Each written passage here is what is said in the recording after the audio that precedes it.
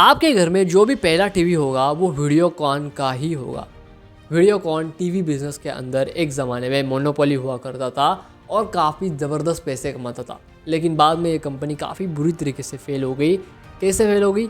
4 reasons एक एक करके समझेंगे। मेरा नाम है ऋषिकेश, आप देख रहे हैं व्यापार। सबसे पहला रीज़न है इंक्रीजिंग डेप्ट। अब वीडियोकॉन टीवी के बिज़नेस के अंदर काफ़ी ज़्यादा पॉपुलर बन गया था, काफ़ी पैसे वहीं से कमाता था। तो इन्होंने क्या किया, इन्होंने अपने बिजनेसेस के पैसे अलग अलग बिजनेसेस के अंदर इन्वेस्ट कर दिए। जब अलग अलग बिजनेसेस के अंदर इन्वेस्ट कर दिए तो ओवरऑल इनका डेप्ट इंक्रीज होना स्टार्ट हुआ। कैसे? क्योंकि अलग अलग बिजनेसेस के अंदर अलग अलग पैसे लाना ज़रूरी है, क्योंकि हर बिजनेस का कॉस्ट अकेला वीडियोकॉन नहीं दे सकता।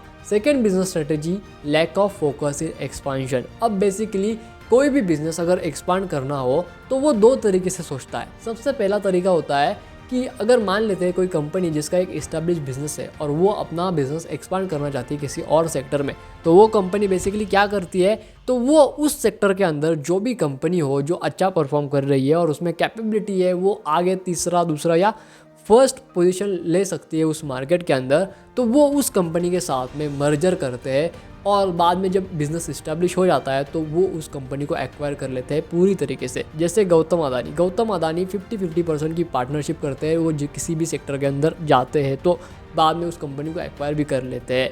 सेकेंड अप्रोच होता है कि सिंगल हैंडेडली आप उस बिज़नेस को एक्सपांड करो और इस्टेब्लिश करो। जैसे आपने एक बिज़नेस इस्टेब्लिश किया, अब आप दूसरे बिज़नेस के ऊपर फोकस करो, उसको इस्टेब्लिश करो, फिर ही तीसरे के ऊपर फोकस करो, नहीं तो तीसरे के ऊपर फोकस मत करो।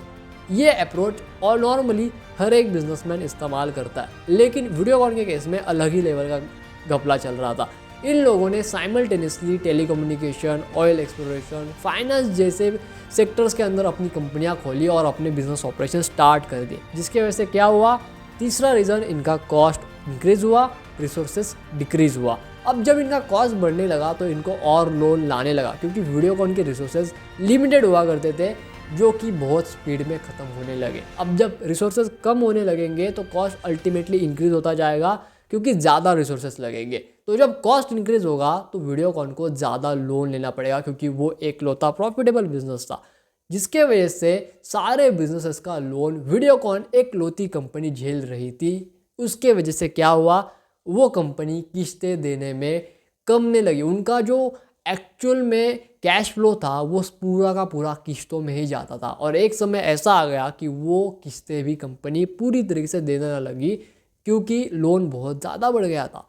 फोर्थ रीज़न जानते हो क्या है? वीडियोकॉन के फेल होने का पीछे फोर्थ रीज़न था इनोवेशन। अब बेसिकली क्या किया इन लोगों ने अपनी टेक्नोलॉजी को इनोवेट ही नहीं किया। कैसे करेंगे? मल्टीपल बिजनेसेस खोले थे जिन्हें साइमल्टेनियसली रन किया जा रहा था लोन के पैसे से। उनकी किस्त कौन भरता था? वीडियोकॉन। जब वीडियोकॉन उन बिजनेसेस की EMIs भरेगा तब वो इनोवेशन के ऊपर कहाँ से इन्वेस्ट करेगा? वीडियोकॉन टेक्नोलॉजी को अडेप्ट करने में पीछे छूट गया बिकॉज ऑफ द डेप्ट ऑफ द कंपनी। अगर आपको वीडियो अच्छा लगा, आपने इस वीडियो से कुछ भी सीखा, लाइक कर दीजिए इस वीडियो को, सब्सक्राइब कर दीजिए इस चैनल को, वीडियो को शेयर कीजिए और कमेंट सेक्शन में मुझे बताइए कि वीडियो आपको कैसी लगी। मैं मिलता हूँ नेक्स्ट वीडियो में, तब तक के लिए जय हिंद, वंदे मातरम।